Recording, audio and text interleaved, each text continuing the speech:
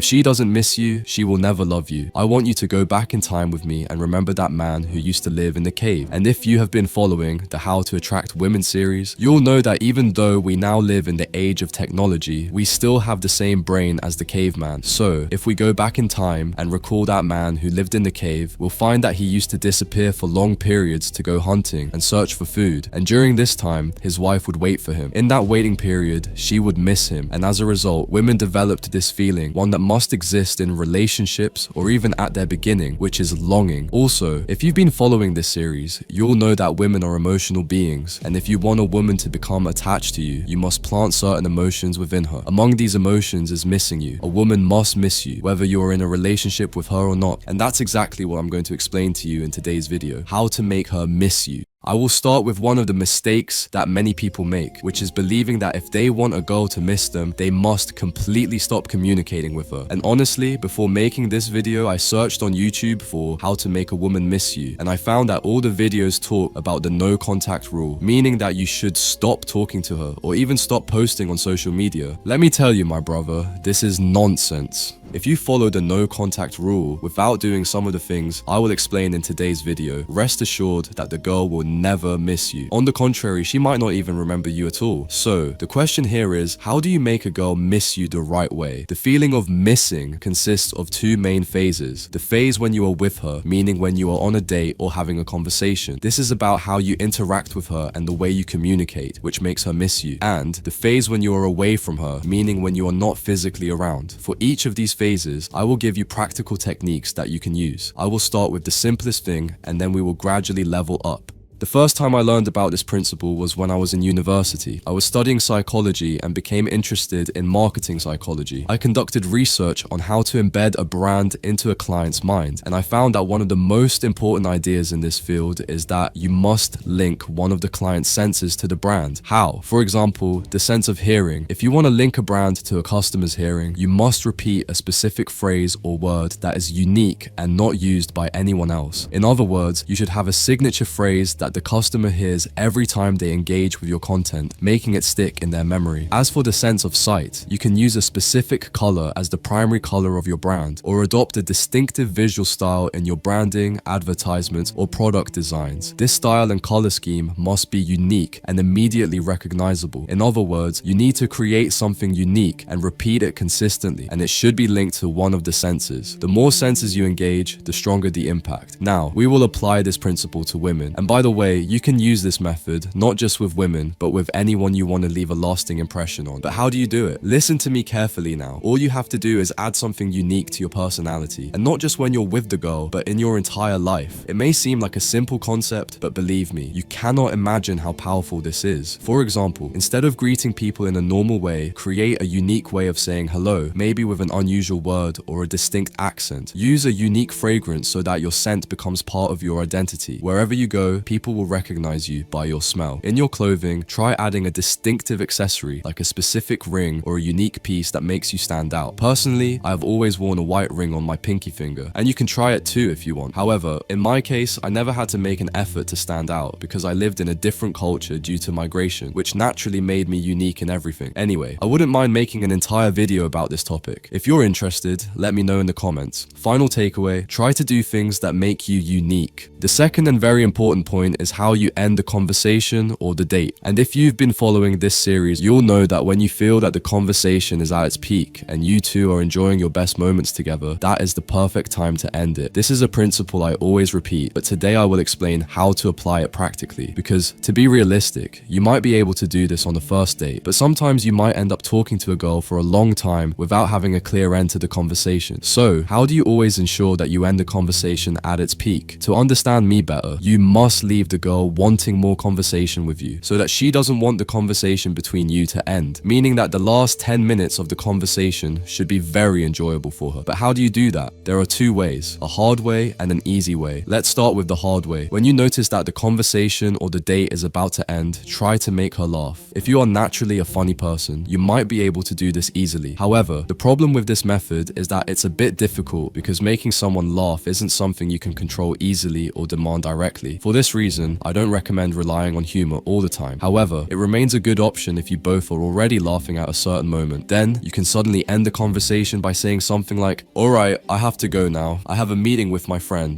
Goodbye." Now we move on to the easiest and most effective way. This method will make you feel like the girl's mind is in your hands. Before I explain how to do it, let me remind you of a rule I always repeat. Women are emotional beings. This means that a woman enjoys the moment when she feels strong emotions. So, when you're sitting with her and talking, and you realize that the conversation is about to end, or that you want to leave, all you have to do is make her feel something strong, and then suddenly stop talking. At that moment, her mind will go into confusion, and when you leave, she will keep thinking about you all day without even understanding herself why she is thinking about you. How do you do that? In this series, I've talked about many techniques, but today I will give you a completely new method, and that is to trigger emotions related either to the past or the future. Now, listen to me carefully. I will start with the past. The best way to evoke emotions related to the past is by talking about experiences. Our experiences are deeply tied to emotions, whether they are from childhood, travel experiences, quitting a job to pursue a risky career path, or anything else of that sort. Experiences always carry strong emotions. Here are some examples of how you can get her to talk about her experiences. What made you move to this city? What's the biggest adventure you've been on? What's the most exciting place you've visited? Talking about her past experiences often leads to amazing stories filled with emotions. But more importantly, diving into the emotions behind these experiences opens up unique opportunities for you to connect with her on a deeper level. You can use questions like, how did it feel when you did the blah blah blah? What was your feeling during that moment? Don't worry if you haven't had similar experiences to hers. What matters most is the emotion connected to those experiences. Once you get her to open up about how she felt in a particular situation, you can relate to her by sharing different experiences you have had that triggered similar emotions. For example, she might say that she quit her corporate job and became a tourist guide on a tropical island. As the conversation deepens, she might admit that she felt anxious and worried about whether she had made the right decision, or if she would later regret it. Now, you may not have done the exact same thing, but you've probably been in a situation where you felt the same emotions, like moving to another country, starting your own business, or taking a major risk. This allows you to connect with her on an emotional level. But be careful, do not talk endlessly about your own experiences. Briefly relate it to something you've gone through, then shift the focus back to her. This way, she will feel that you truly understand her, that you are genuinely interested in her emotions, and that you are listening attentively. Now, we will move on to talking about the future, and the best way to evoke emotions related to the future is by discussing aspirations, her goals, her dreams, her ambitions. What does she want to achieve in her life? Most people think about their dreams, but they rarely get the chance to talk about them because very few actually ask. When you get her to open up about her aspirations, you stimulate a whole range of positive and hopeful emotions, and all these emotions will automatically be associated with you in her subconscious mind. Here are some ways to open up this topic with her. What are your biggest goals? What are some things you've always wanted to do? What are you aiming to achieve this year? To deepen the conversation further, you can ask questions like, how would you feel if you did that? What would your life look like if you accomplished that dream? Final takeaway. When you feel that the conversation or the date is coming to an end, or that you are about to leave, open a discussion about one of these two topics. Past experiences that triggered strong emotions in her, her aspirations and dreams, which bring excitement and hope, or any other topic that has the ability to stimulate deep emotional feelings in her. By using these two methods, you'll make her think about you after the conversation ends, and you'll give her a reason to miss you when you're not around. And now, we will move on to the most important part. What should you do when you're not with her? What you need to understand is that the time when you are not with her is when her attraction to you increases. This is something I always repeat. Attraction builds when you are not with her and when you are not talking to her. Many men feel an internal pressure that they must keep talking to the girl for a long time, fearing that she will forget them if they stay away for a while. But no, attraction builds during the time you are not with her. And during this period, one of the most important feelings she should experience is missing you. This phase consists of two main things, and we will start with the aspects related to communication over the phone, beginning with texting. I have noticed that a lot of advice is circulating about texting, and I see that many men apply it incorrectly. Among these foolish pieces of advice, unfortunately, are don't reply too fast, don't text her too much. Alright, let me tell you something very important. If a girl sends you a message, or if you send her one and she replies, and then you deliberately delay responding, do you know what she will think? She will say to herself, he saw my message, but he doesn't want to reply on purpose because he doesn't want to seem needy. Women are not stupid, my brother. If you are playing these kinds of games with her, you're wasting your time and will lose the girl completely. You are a man and you shouldn't play these silly dating games. What should you do instead? You should not reply to her, but not because you're ignoring her, rather because you have a real reason, and underline the word reason, meaning she must understand that you are not replying because you are busy with something important, whether it's work, studying, or any other real commitment. How do you do that? It's very simple. Do not text her before 7 p.m. Be clear with her and tell her that you do not use your phone before 7 p.m. because you are busy. Make this system a consistent habit, but this does not mean that as soon as 7 p.m. comes, you'll start chatting with her non-stop. I can't tell you exactly what you should do because everyone has their own lifestyle, but what I want from you is to not be available all day. You are a busy man, you have things to do, and you don't have time to be glued to your phone all day, and this is something you should clearly let her know. That's all regarding texting. Let's talk about phone calls. And now I will give you a golden rule that you should remember for the rest of your life. Never answer all her calls immediately. Some men make the mistake of being too available, making the girl feel that she has figured them out completely. They answer every call right away just to make her feel comfortable, but if she fully understands you and can predict all your actions, it means you have already lost the game. It won't be long before she starts avoiding you. So what should you do instead? You need to make her feel that you have a busy life and that there are more important things in your day than answering her calls instantly. For example, her, hey, how are you? You, I'm a bit busy right now. Call me later. I'm watching a movie. Her,